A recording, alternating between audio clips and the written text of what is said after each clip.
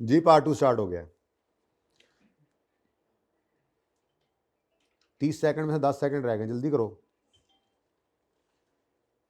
Hello, सौती आलात को खामोश कर लें।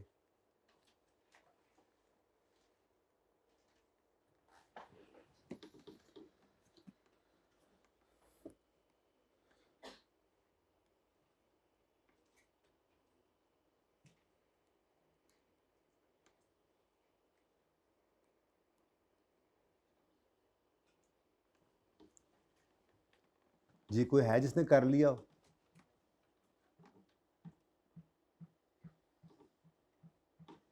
अनिकमे हो, अनखटू हो।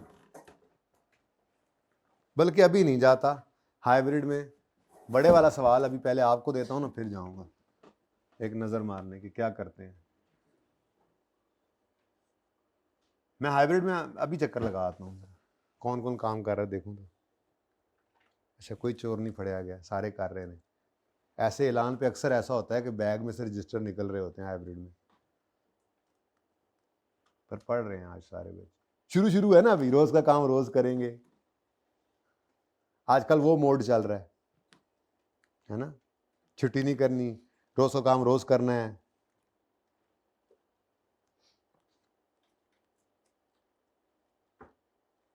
दस 15 दिन बाद फिर मोड ऑफ हो जाता है। चलो अच्छा, बीच में ब्रेक आ गई, ईद के बाद आगे फिर आपको नई मोटिवेशन से आप पढ़ोगे। फिर रोज का काम रोज करना है, फिर बड़ी ईद तक सुस्त पढ़ने लगोगे, फिर बड़ी ईद की ब्रेक आ जाएगी, बड़ी ईद के इंशाल्लाह अब रोज का काम फिर रोज करना है, तो इंशाल्लाह बेहतर हो जाएगा अल्लाह। हाँ जी, हो गया होगा अब तक तो। करंट देता है तो बोल ही जाना है भाई। एक आसान तरीका बताने लगा हूं आपको,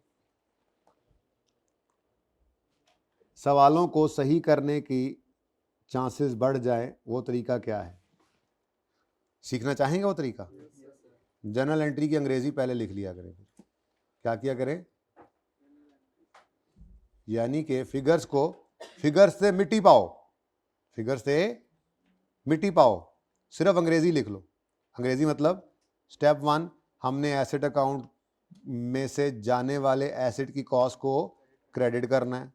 नंबर 2, हमने अक्यूमुलेशन अकाउंट उसकी जो है वो अक्यूमुलेशन अकाउंट में से डेबिट करनी है। तो ये देखो ना, ये देखो, ये स्टेप्स लिखे जा सकते हैं। एसेट अकाउंट, ये देखो पहले जरा देख लो अब, ठीक है, जो आपने करना था कर लिया, प्लीज सही कर रहे होंगे। एसेट अकाउंट ओल्ड की कॉस्ट से क्रेडिट होने, मत देखो अभी सवाल। एक्सचेंज की ट्रांजैक्शन हमेशा ही यही होनी। एसेट अकाउंट क्रेडिट होगा ओल्ड की कॉस्ट से, एक्यूमुलेटेड डेबिशन अकाउंट डेबिट होगा ओल्ड की एक्यूमुलेटेड डेबिशन से। अब एसेट अकाउंट ने डेबिट होना है न्यू की कॉस्ट से। कैश मैंने इसलिए पहले नहीं बोला कि उसके लिए मुझे सवाल देखना पड़ेगा। अगर कैश पेड है हमारे सवाल में तो मैं कैश क्रेडिट साइड पे लिख दूंगा, और अगर रिसीव्ड है तो डेबिट साइड पे, और balancing figure gain loss. Hybrid वाले भाई ठीक है ना, पेड या रिसीव्ड देख लेंगे सवाल से। तो हमने सवाल पढ़ा तो पूरा सवाल तो पढ़ेंगे ही। कैश पेड ही नहीं गिवन, चलो अल्लाह दी मर्जी, वैसे कैश पेड ही आना है। कैसे पता लगेगा? वो जैसे वो कह रहा है कि नई कार की, वो कहता है 2 पुरानी कारें देकर एक नई कार ली है, ये एक्सचेंज है सही अलाउड? बिल्कुल बिल्कुल हो सकता है, कोई मसला नहीं है। ठीक है, मेरा बोर्ड मुझे बुला रहा है उधर से, चलो जाते हैं, बस इसके बाद जाते हैं उधर ही। हाँ ना, उधर मैं उदास हो जाता हूँ वाइट बोर्ड के लिए। अच्छा जी, बात यह है कि 2 पुराने एसेट देकर नया एक एसेट ले रहे हैं। नए एसेट की कॉस्ट क्या है? यानी 12 लाख की नई कार है। पुरानी जो 2 कारें आप दे रहे हैं उनका ट्रेड इन अलाउंस कितना है? 180 पर कार। अगर पर कार है तो इंटू 2 कर दो, तो ये, तो क्या मतलब 12 लाख वाली चीज ला रहे हो, बदले में जो चीज दे रहे हो उसकी वैल्यू दुकानदार 3,60,000 लगा रहा है, तो क्या कैश रिसीव करोगे या पे करोगे? जाहिर है पे ही करोगे। ये सवाल पढ़ के पता लग जाता है। ये मुश्किल सिनेरियो मैंने बताया आपको कि ये काम करता ही नहीं है पर्चे में बाई कैप। कैश पेड गिवन ही होता है हर सवाल में। ये तो मैंने इस सवाल में और इससे अगले सवाल में थोड़ा आपको ये काम पक्का कराने के लिए ये मिस किया हुआ है, ताकि ये वर्स्ट केस सिनेरियो भी अगर आपके साथ बन जाए तो आपको पता हो कैश पेड कैसे निकलता है। ठीक है, सिर्फ कैश पेड अगर मिसिंग हो तो। ओके, तो फिलहाल तो पता लग गया जी, कैश ने क्या होना है यहाँ, फिर क्रेडिट ही होना है। ठीक है जी, अब ये एंट्री लिखी गई, अब गेन लॉस नहीं लिख सकते हम, क्योंकि वो बैलेंसिंग फिगर है, कभी डेबिट साइड पे भी आ सकती है, क्रेडिट साइड पे भी आ सकती है, वो तो देखेंगे एंड पे जाके। अब जो फिगर्स गिवन है वो लिखना शुरू करते हैं। सबसे पहले on 1 April 12 we exchange 2 old cars with a new one. 2 गाड़ियां देकर पुरानी एक नई कार हमने ले ली, ठीक है जी।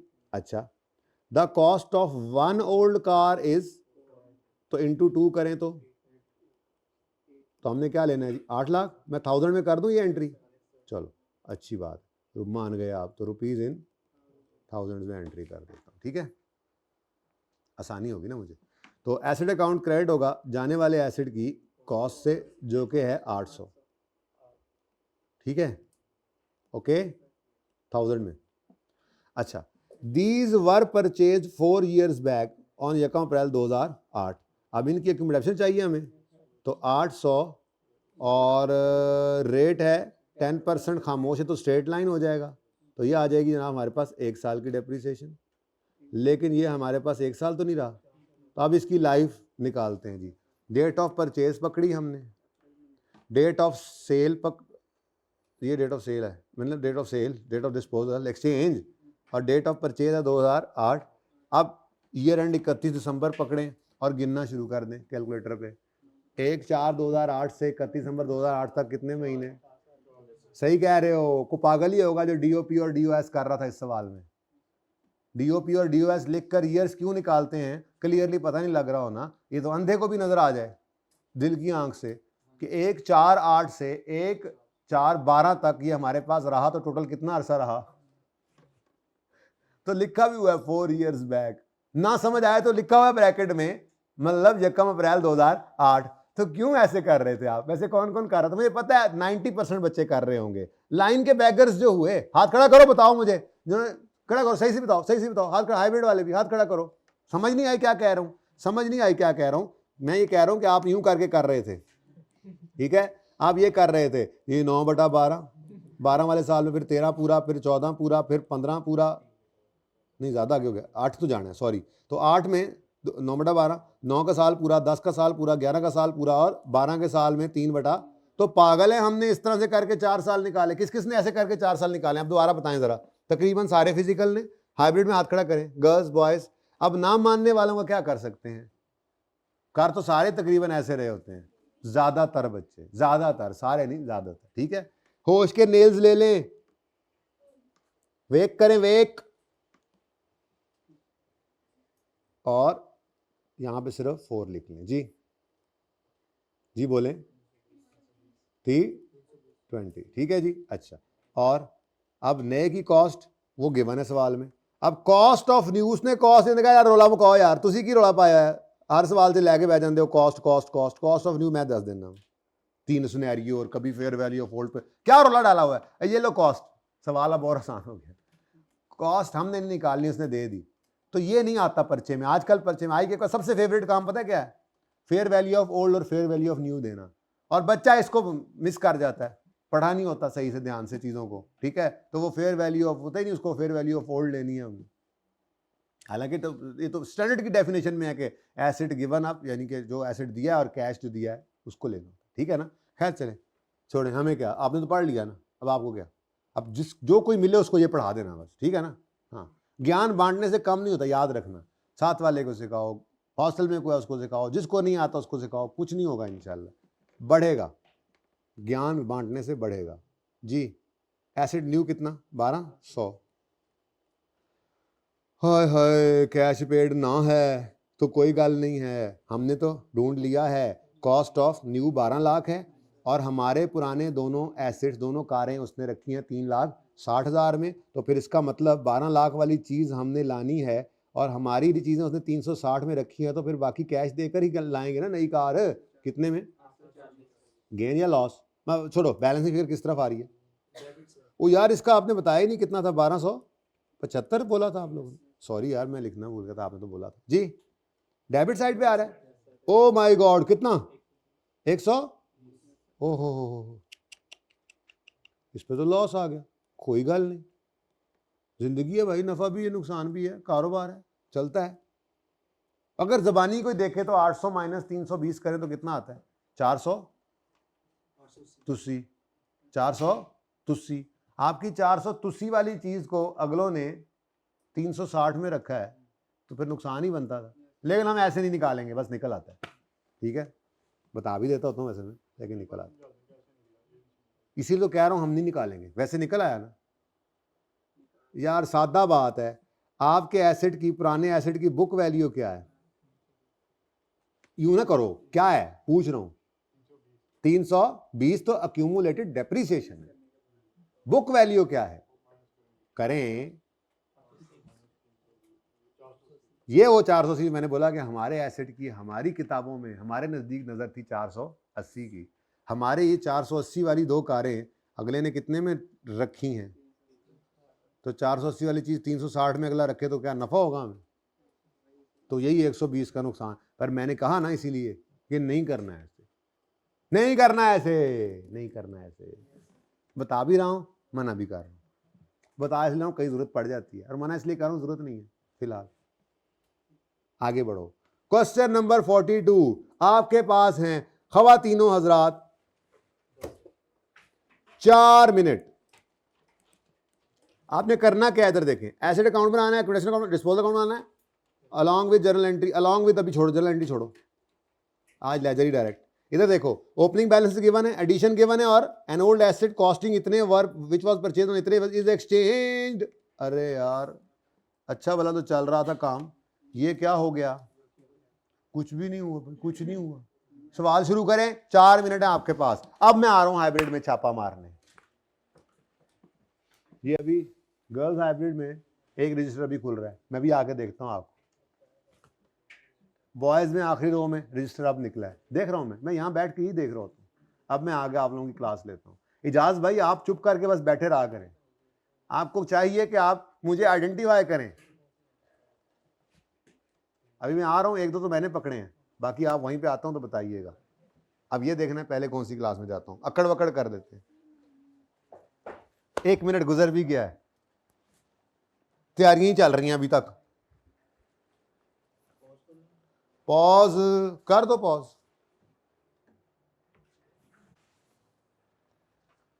कर दे, कर दी। हाँ जी, हो गया। चले अब मिलके करते हैं, जितना हो गया बस ठीक है। किस किस को लगता है अगर 1 मिनट और देंगे तो हो जाएगा? 1 मिनट और दिया, जल्दी करें। चेक तो किए नहीं आप लोगों को, क्या क्या आप लोगों ने फ्लावर्स खिलाए हैं, गुल।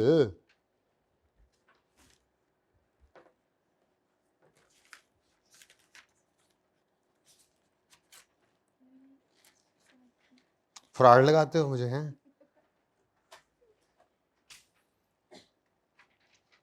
नहीं मतलब क्या, मतलब मैं लिखूंगा तो आपने नोट करना है? देख के समझ नहीं आ रही है, पहला दिन है तो क्या हुआ? मैंने आज दोबारा सारा समझाया। अब आपके दिमाग में वो चीज़ बैठी हुई थी, इसीलिए कहता हूँ छुट्टी ना किया करो। आसान चीज़ भी मुश्किल लग रही होती है, हालांकि दूसरों को भी वो मुश्किल ही लग रही होती है, हैं? हाँ भाई, नहीं हो रहा सवाल, फंस गया सवाल। डिस्पोजल तो जर्नल एंट्री तो आती है, अब पहुंचा नहीं पा रहे लेजर में, कोई गल नहीं, पहुंचाते हैं, देखेंगे, अभी हम देखेंगे। क्यों इतने रंग बिरंगे पेन यूज कर रहे हैं आप? पेपर में भी ऐसे ही करेंगे? फिर नोट्स की चलो खैर है, लेकिन और ब्लू कोई बच्चे ब्लू पेन यूज करते हैं, होने नहीं चाहिए हमारे पास ब्लू पेन ना। हाँ, नोट्स की हद तक ठीक है, पर पेपर में याद रखिएगा only black ball point, okay? Black pen, black ball point आप यूज कर सकते हैं। चलो नोट्स में खैर है, अब करें रंग बिरंगे काम। नहीं हो रहा ना सवाल, ये सिर्फ डर है और कुछ नहीं है। अभी मैं जब करूंगा सवाल होगा, अच्छा ये करना। कोई है जिसने कर लिया हो मुकम्मल? एक बच्चों ने कर लिया है। जर्नल एंट्री कर दो पास यार। अब आओ भाई आओ, बस करो, अब बस करो, बस करो, बस करो, सारे टार्जन बस हो गया, बस जो बस कर दें। क्वेश्चन नंबर दस दो मैनू। ओके, एसेट अकाउंट बनाना है।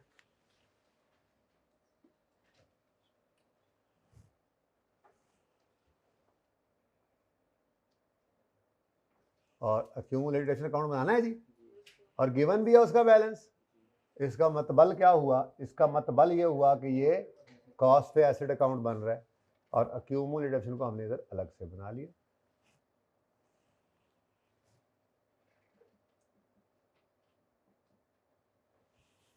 ठीक है, अच्छा एक ही साल का है, अकाउंट्स एक ही साल के। ओके, नाउ शुरू करते हैं काम, जरूरत के हिसाब से फिर वर्किंग्स ओपन करते जाएंगे। डिस्पोजल आएगा तो डिस्पोजल का लेजर भी ओपन कर लेंगे, ठीक है।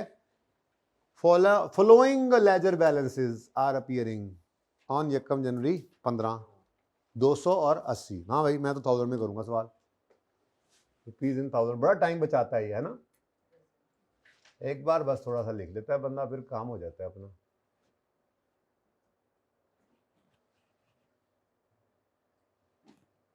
जी, यकम जनवरी 15, ओपनिंग 200 और अक्यूमुलेटेड डेप्शन का ओपनिंग यकम जनवरी 15 पर तुस्सी।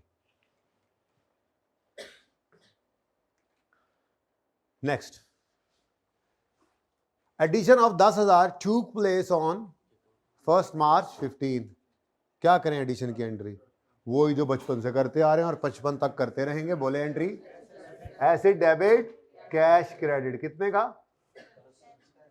10,000 का एडिशन है जी। तो एसिड डेबिट, यहाँ एडिशन भी लिख सकते हैं आप यहाँ, तो 10,000 एसिड डेबिट कैश क्रेडिट 1/3/15, ठीक है। अच्छा, उसके बाद अगली एडजस्टमेंट डिस्पोजल की है। चल, point 2, an old asset costing 50,000 which was purchased on यकम जुलाई 13 is exchanged with a new asset costing 90,000। अब ये कौन सी ट्रांजैक्शन है, एक्सचेंज की। क्लियरली बता रहे हैं कि पुराना एसेट जो हमने 50 का खरीदा था कभी, आज हमने उसको एक नए एसेट के साथ एक्सचेंज किया है। नए की कॉस्ट कितनी है, 90। अब कॉस्ट ऑफ न्यू गिवन है। मुश्किल सिनेरियो पढ़ लिया आपने, आसान शुरू हो गए। मुश्किलें पढ़ लेते हैं छोटी छोटी और फिर सवालों में देखते हैं तो आप, तो वर्स्ट केस सिनेरियो भी हम जब कॉन्सेप्ट सीखे होते हैं तो हम देख लिया करते हैं। उसके बाद तो फिर पर्चे के अंदर इतना मसला नहीं आ रहा होता, आपको नजर आ रहा है। अभी पास पेपर में भी मुश्किल से मुश्किल सवाल में भी आप एक्सचेंज की, अभी पिछली से पिछली अटेम्प्ट थी या गालिबन पिछली अटेम्प्ट थी, फिर किसी वक्त दिखाता हूँ, अब टाइम कम है, अगर एंड पे टाइम बच गया तो पिछली 2-3 अटेम्प्ट्स में भी आपको दिखाता हूँ जो एक्सचेंज की ट्रांजैक्शंस आई हैं। उनमें सिंपल सिर्फ पुराने की फेयर वैल्यू और नए की फेयर वैल्यू वाला सिनेरियो करता है, कैश पेड की फिगर देता है। तो ये एक्सचेंज की ट्रांजैक्शन होती है। बस कभी जनरल एंट्री करनी पड़ सकती है, कभी आपको करेक्शन ऑफ एरर में वो एंट्री यूज़ करनी पड़ सकती है, यही एडजस्टमेंट होगी। कभी आपको पीपी का नोट बनाना पड़ सकता है, कभी एक्सट्रैक्ट्स बनाने पड़ सकते हैं, ट्रांजैक्शन वही रहती है, ठीक है। खैर चलें, तो अब डिस्पोजल तो है।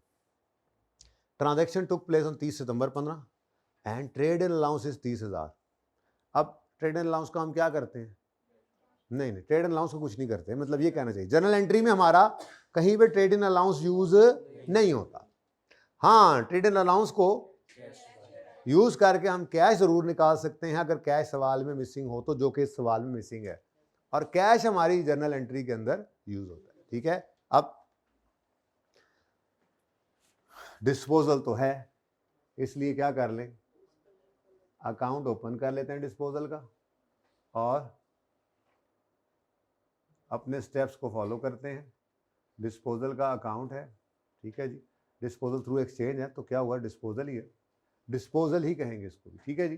अच्छा, बस ये ट्रांजैक्शन एज अ होल पूरी तब होगी जब पुराना किताबों से निकलेगा और उसी ट्रांजैक्शन का हिस्सा बनकर नया आएगा, ठीक है। अब यही बस थोड़ा सा मसला आया होना है कि जब नया एसेट रिकॉर्ड करना है एसेट अकाउंट में, डेबिट करना है, तो क्रेडिट कहाँ करें, लिखें क्या, ये छोटा सा मसला ही था। ये बस लिखने की बात, एक बार लिख दूंगा तो ये मसला भी हल। लेजर नहीं ना बनाया था, जनरल एंट्री तो आप 1 मिनट में कर दें इस ट्रांजैक्शन की, मुझे मसला ही कोई नहीं है आपको, ठीक है। तो ये बस एक स्टेप रहता था, ये भी कर लेंगे तो बस कहानी खत्म एक्सचेंज की फिर। अच्छा, अब step 1, we will credit the asset account with cost of old asset, ठीक है। तो कॉस्ट ऑफ ओल्ड एसेट क्या है जी, सवाल में हमारे 50,000, ये एसेट अकाउंट में से क्या कर रहा हूं मैं, क्रेडिट। ये 50 क्रेडिट हो गया, तो डेबिट कर दिया आपने इसको डिस्पोजल अकाउंट। ठीक है जी,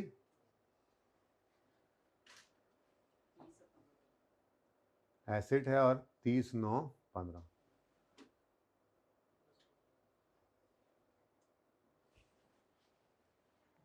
ठीक है, स्टेप 2 में हमें इसकी अक्यूमुलेटेड डेप्रिसिएशन चाहिए ताकि हम उसको डेबिट कर सकें एक्यूमुलेशन अकाउंट में से पुराने एसेट की। अब वो हमें निकालनी पड़ेगी। मेथड कौन सा है? रिड्यूसिंग बैलेंस भी हो सकता था, स्ट्रेट लाइन है तो अच्छी बात है, शॉर्टकट से निकल आएगी। तो 10% रेट यूज करना है। यकम जुलाई 13 को खरीदा था, 30 सितंबर 15 को बेच रहे हैं। ठीक है, वैसे मुझे पता है अब आप तगड़े होते जा रहे हैं, डायरेक्ट ये काम कर सकते हैं, ब्रैकेट यहीं पे ही वर्किंग कर देते, लेकिन फिलहाल मैं कह रहा हूँ ज़रा थोड़ा सा ढिले रहो। Working number 1 accumulated depreciation of disposal हमने निकाला। अगर रिड्यूसिंग बैलेंस मेथड हो तो यही डिटेल्ड वर्किंग बन जाती है, स्ट्रेट लाइन हो तो शॉर्टकट। ठीक है, तो शॉर्टकट कैसे निकालते हैं हम कैसे निकालते हैं ये वाली एक्यूमुलेशन? हम कहते हैं जी 1 साल की डेप्शन पकड़ो, तो 50 × 10 करेंगे तो 1 साल की डेप्शन आ जाएगी। इसको मल्टीप्लाई करना है नंबर ऑफ ईयर्स के साथ। अब वो ज़बानी कलामी करना सीख चुके हैं, हम करना शुरू कर चुके हैं। ठीक है, DOP DOS लिख लिया करें। मैंने कहा था अगर कैलेंडर ईयर से हिल जाए आपका फाइनेंशियल ईयर तो फिर आप ना हिलें, इसलिए वो DOP DOS लिख लिया करें, वरना तो 31 दिसंबर वाले सवालों में तो मसला ही कोई नहीं, टाइम ज़ाया करना है DOP DOS लिख कर।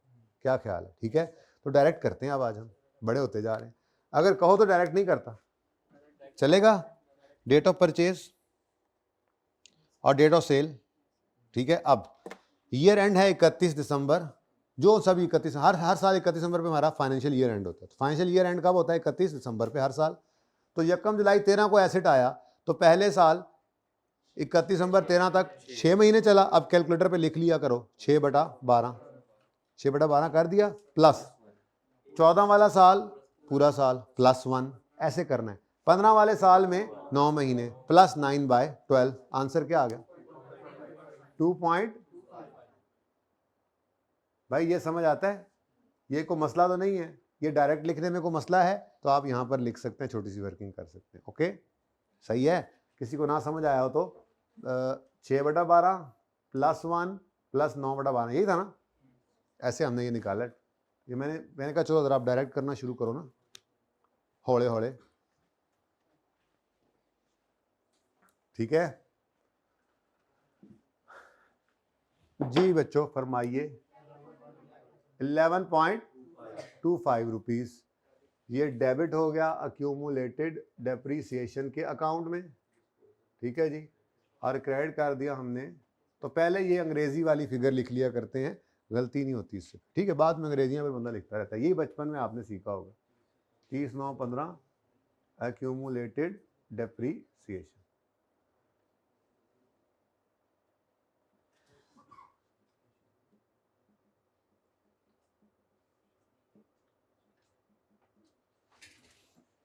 यानी इतनी सी जो वर्किंग है, सिर्फ इतनी सी, ईयर्स भी हटा दे तो सिर्फ इतनी सी जो वर्किंग है, ये तो यहाँ पे भी ब्रैकेट में कर सकते हैं। आप करना चाहें तो बिल्कुल करें, किसी ने मना किया? वर्किंग अलग करना को मस्ट तो नहीं है।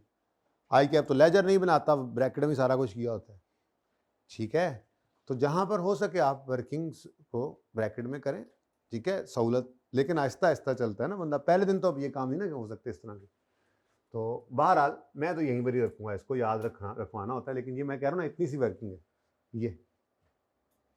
ये सब मिटा, ये सिर्फ इतनी सी बात मतलब की थी। वहाँ ब्रैकेट में लिखे और आंसर 11.25 आगे लिख दें, पूरे नंबर मिलेंगे। चलें आगे। Step 3 we will record cash. अब सवाल में आकर देखते हैं, लूर फिर रहे हैं सवाल में, कहीं कैश नहीं मिल रहा।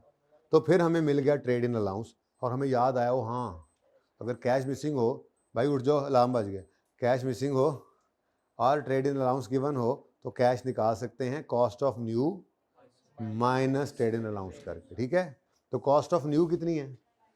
90,000 और ट्रेड इन अलाउंस कितना है? 30,000। तो फिर कैश पेड कितना आया? तो यहाँ पे मैं वर्किंग कर देता हूँ, वर्किंग 2। हालांकि ये भी ब्रैकेट में हो सकता है। कैश पे करना है ना, कैश पे करना है, कैश पे करना है, तो कैश क्रेडिट तो डिस्पोजल तो आना तो इस तरफ था, तो यही मैं ब्रैकेट में भी कर दिया करूंगा आने वाले दिनों में। फिलहाल चलो मैं कैश पेड जरा अंग्रेजी लिख के निकाल देता हूँ, ठीक है। कैश पेड कैसे निकलेगा? Cost of new acid less trade in allowance. तो कॉस्ट ऑफ न्यू है सवाल के अंदर given 90,000 minus trade in allowance क्या है जी? 30,000। बोलो तो कॉस्ट कैश पेड कितना आ गया? अब ये मैं कह रहा हूँ इतनी लंबी अंग्रेजी बस जिंदगी में एक बार लिख ली आपने, तो लिख ली। अब पर्चे में तो ये इतनी सी चीज ब्रैकेट में लिखनी थी, यहाँ 90 माइनस 30 और यहाँ पे 60। ओके चले, फिलहाल तो वर्किंग हो गई ना। अब कैश पेड है तो कैश पे हुआ तो कैश क्रेडिट, कैश क्रेडिट तो डिस्पोजल का अकाउंट डेबिट। कितने से? 60 से। अब चूंकि मैंने वर्किंग कर दिया तो मैं वर्किंग का रेफरेंस दे देता हूँ। अब यहां पर सिंपल डिस्पोजल खत्म हो जाता था और गेन लॉस निकाल लेते थे, लेकिन ये एक्सचेंज की ट्रांजैक्शन है, इसमें नए आने वाले एसेट को भी रिकॉर्ड करना बाकी है। अब एसेट जाता है तो एसेट अकाउंट में उसको क्या करते हैं? क्रेडिट। जो एसेट आएगा तो उसको एसेट अकाउंट में क्या करेंगे? डेबिट। सही है ना? अब एसेट अकाउंट डेबिट होगा आने वाले एसेट की कॉस्ट से। ऐसे ही है, आने वाले एसेट की कॉस्ट क्या है? कॉस्ट 90। अब लॉजिकली चलना है। ये 90 डेबिट हुआ है, आज तक कैसे होता था? ये 10 डेबिट हुआ तो बदले में जो कैश पे हुआ वो क्रेडिट कर दिया। ऐसे ही है ना? आज ये 90 डेबिट हुआ, क्या को बदले में कैश पे हुआ कि वो क्रेडिट कर दें? आज तो ये डिस्पोजल की ट्रांजैक्शन का हिस्सा है, तो डिस्पोजल की ट्रांजैक्शन जहां पड़ी है दूसरा इंपैक्ट वहीं पे फेंके वहीं पे, ठीक है। डिस्पोजल एक्सचेंज की ट्रांजैक्शन में एक एसेट निकला है तो दूसरा एसेट आया है, तो इस सर ये अगर क्रेडिट करके डिस्पोजल अकाउंट में डेबिट किया था तो फिर इसको डेबिट करके डिस्पोजल अकाउंट को क्या करेंगे? क्रेडिट करेंगे। यहां पे भी एसेट आएगा। तो एक्सचेंज की ट्रांजैक्शन में पुराना एसेट जाता है, नया एसेट आता है। डिस्पोजल ओल्ड का हो गया, और यहां पे भी अब मजबूरी है, क्या करेंगे? डिस्पोजल ही लिखेंगे, लेकिन यहां पे क्या होगा? न्यू। ये एज अ होल ट्रांजैक्शन तब जाके पूरी होती है। तो ये बस मसला है आपको, मैं यहां पे डिस्पोजल कैसे लिखूं सर? तो अगर तकलीफ हो रही है तो इसको लिखें डिस्पोजल के आगे ब्रैकेट में एडिशन थ्रू एक्सचेंज, ठीक है। सही है ना? जैसे ये डिस्पोजल थ्रू एक्सचेंज है, एडिशन थ्रू एक्सचेंज लिख लें, लेकिन जरूरत नहीं है लिखने की, बस कहानी खत्म है। यहां पे लिखे 30/9/2015। अब ये आपका डिस्पोजल खत्म हुआ। अब आप बैलेंसिंग फिगर गेन या लॉस की निकाल सकते हैं। तो बताइए किस तरह बैलेंस आ रहा है? बोल रहा है वापस छूट गया अपने कार जी। कितना? 8 तो पीएनएल में 8.75 जा रहा है। ये गेन है कि लॉस है? ज़बानी निकालें, फिर भाई ने फिर कहना कैसे निकला। ज़बानी निकाल लेते हैं एक बार ज़बानी। ये देखो कॉस्ट 50 है, अक्यूमुलेशन 11.25 है। नेट करो जरा, नेट हैं? नहीं, नेट करो जरा, नेट। बुक वैल्यू कितनी आती पुराने की? पुराने की कॉस्ट 5, पुराने की अक्यूमुलेशन सारी जिंदगी की 11.25। नेट करो इसको तो क्या आता है? 38.75 वाली हमारी चीज का अगलों ने 30 दिया है, तो 8.75 का हमें नुकसान ही हुआ है। बट ऐसे नहीं निकालेंगे, ऐसे निकल आता है, ठीक है। लो जी, डिस्पोजल हो गया। क्या करिए, करवा तो रहा हूं हर जगह पे। यानी जो आपको मैंने होमवर्क में दिया है ना, उसने गेन लॉस कहा है एक्सचेंज की ट्रांजैक्शन में, तो ऐसे ही निकलना है गेन लॉस।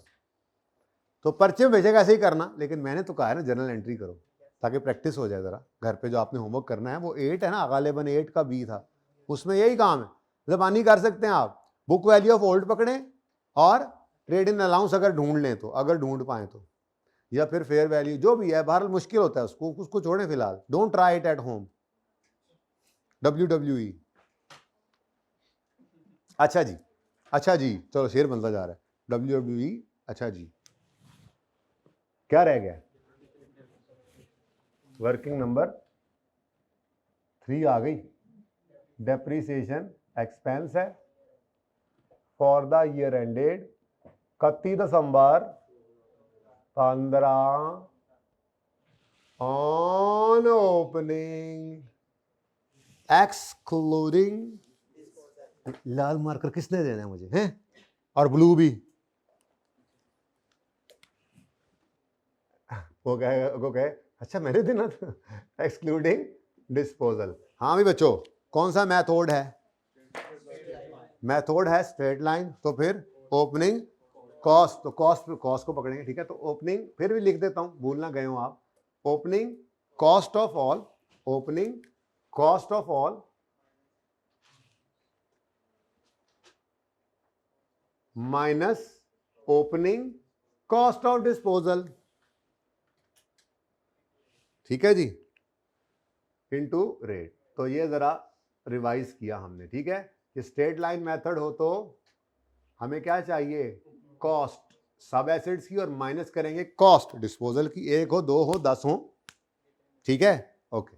और रिड्यूसिंग बैलेंस हो तो क्या फर्क पड़ जाएगा यहाँ पे सवाल में, यही एक्सचेंज का सवाल, तो क्या पड़ जाएगा फर्क, opening book value of all में से opening book value of disposal minus करेंगे, 1 हो 2 हो 10 हो जितने हो, ठीक है भाई, 1 हो 2 हो 10 हो जितने हो। आज सोल्यूशन भेज देता हूँ इंशाल्लाह आपको। तो फॉर्म आइए जी, फॉर्म आइए, 200 माइनस 50 इंटू 10% 15 ऑन एडिशंस। तो 10 का एडिशन हुआ, 10 ਨੂੰ ਭੁੱਲ ਗਏ ਹੋ, ਉਹ ਪੁਰਾਣੇ ਦੋਸਤਾਂ ਨੂੰ ਭੁੱਲ ਗਏ ਹੋ, एक्सचेंज ਨੂੰ देख लिया, 10 भी एडिशन है। जिसने 90 बोला, किसने बोला 90? ऐसे बोलते हैं, ऐसे बोलते हैं पुराने दोस्तों को, 10 एडिशन नहीं है क्या? वही असल में पुराना एडिशन था, ले देखे नहीं, और इंटू 10% इंटू 10/12 0.833333, और तो और 90 भी क्या है, एडिशन। असल में ना, असल में एक्सचेंज की ट्रांजैक्शन बड़ी खूबसूरत ट्रांजैक्शन होती है।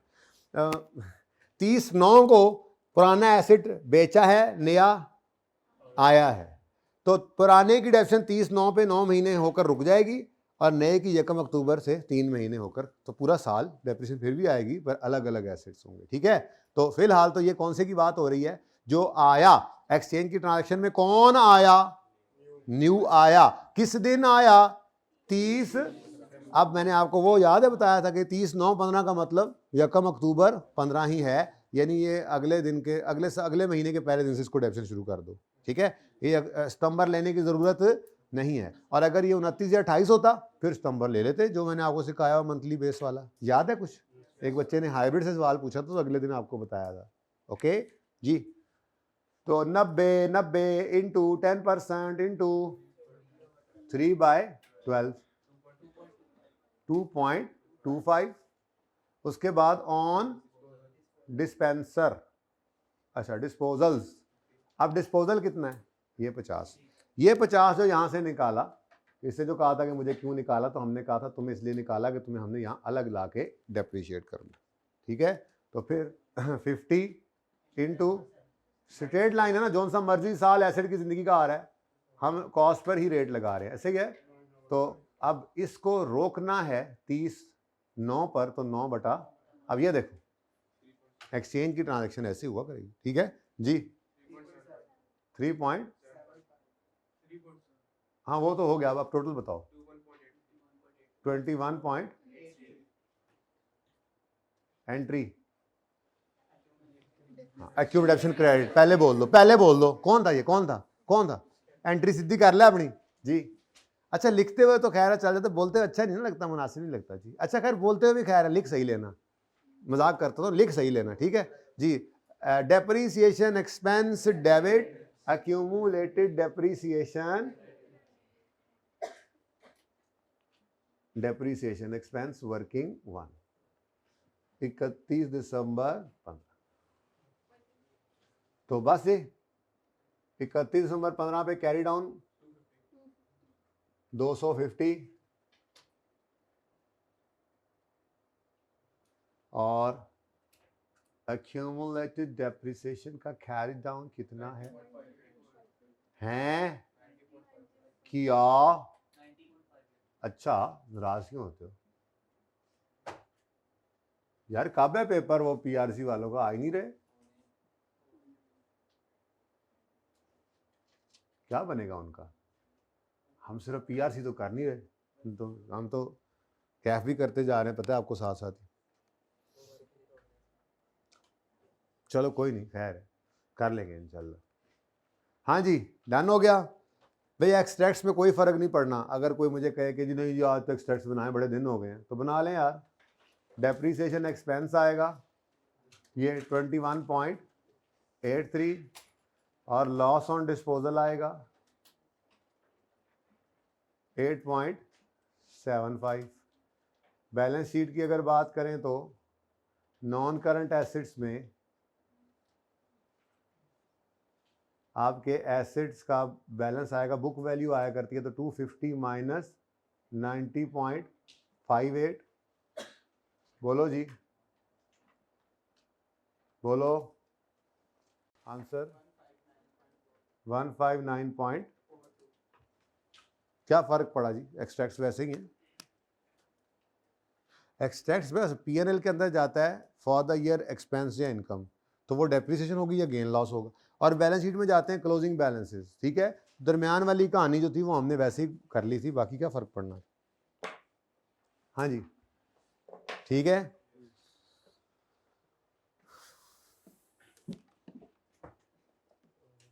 यार सोचा तो मैंने बहुत कुछ था, नहीं होमवर्क अब वो देखता हूँ।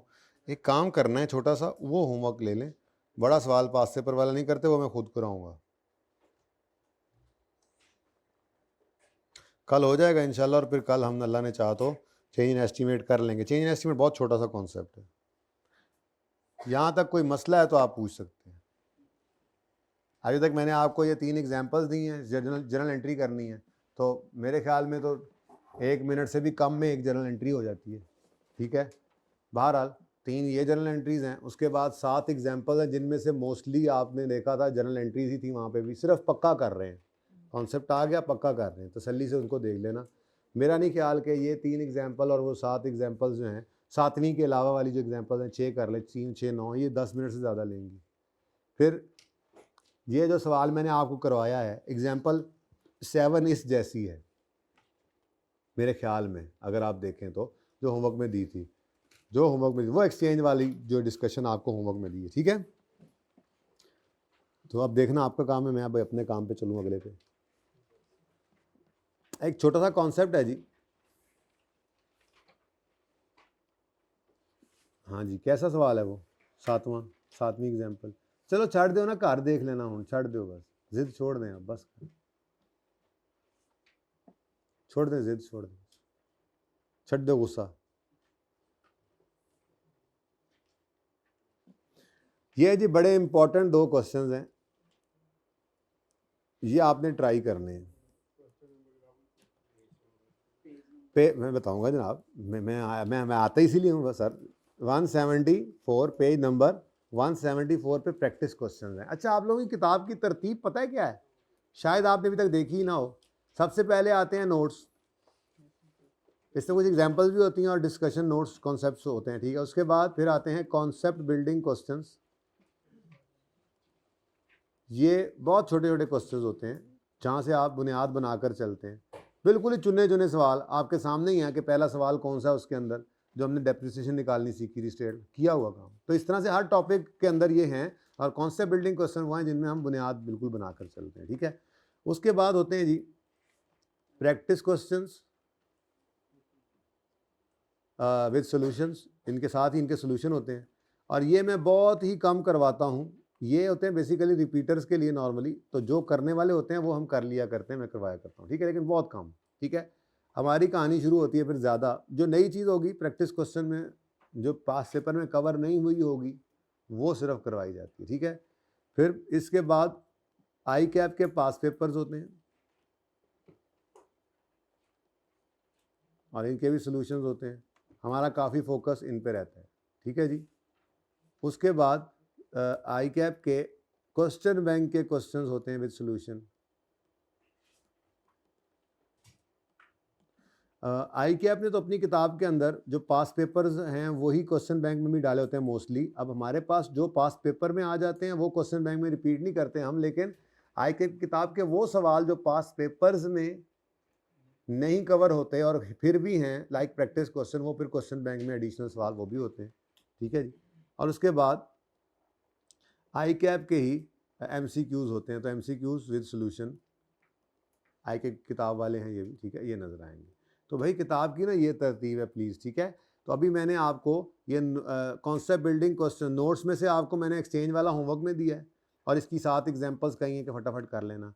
फिर कॉन्सेप्ट बिल्डिंग क्वेश्चन में वो 3 एग्जांपल्स पड़ी थी, वो भी दी हैं और एक्सचेंज वाला सवाल भी दिया है, ठीक है।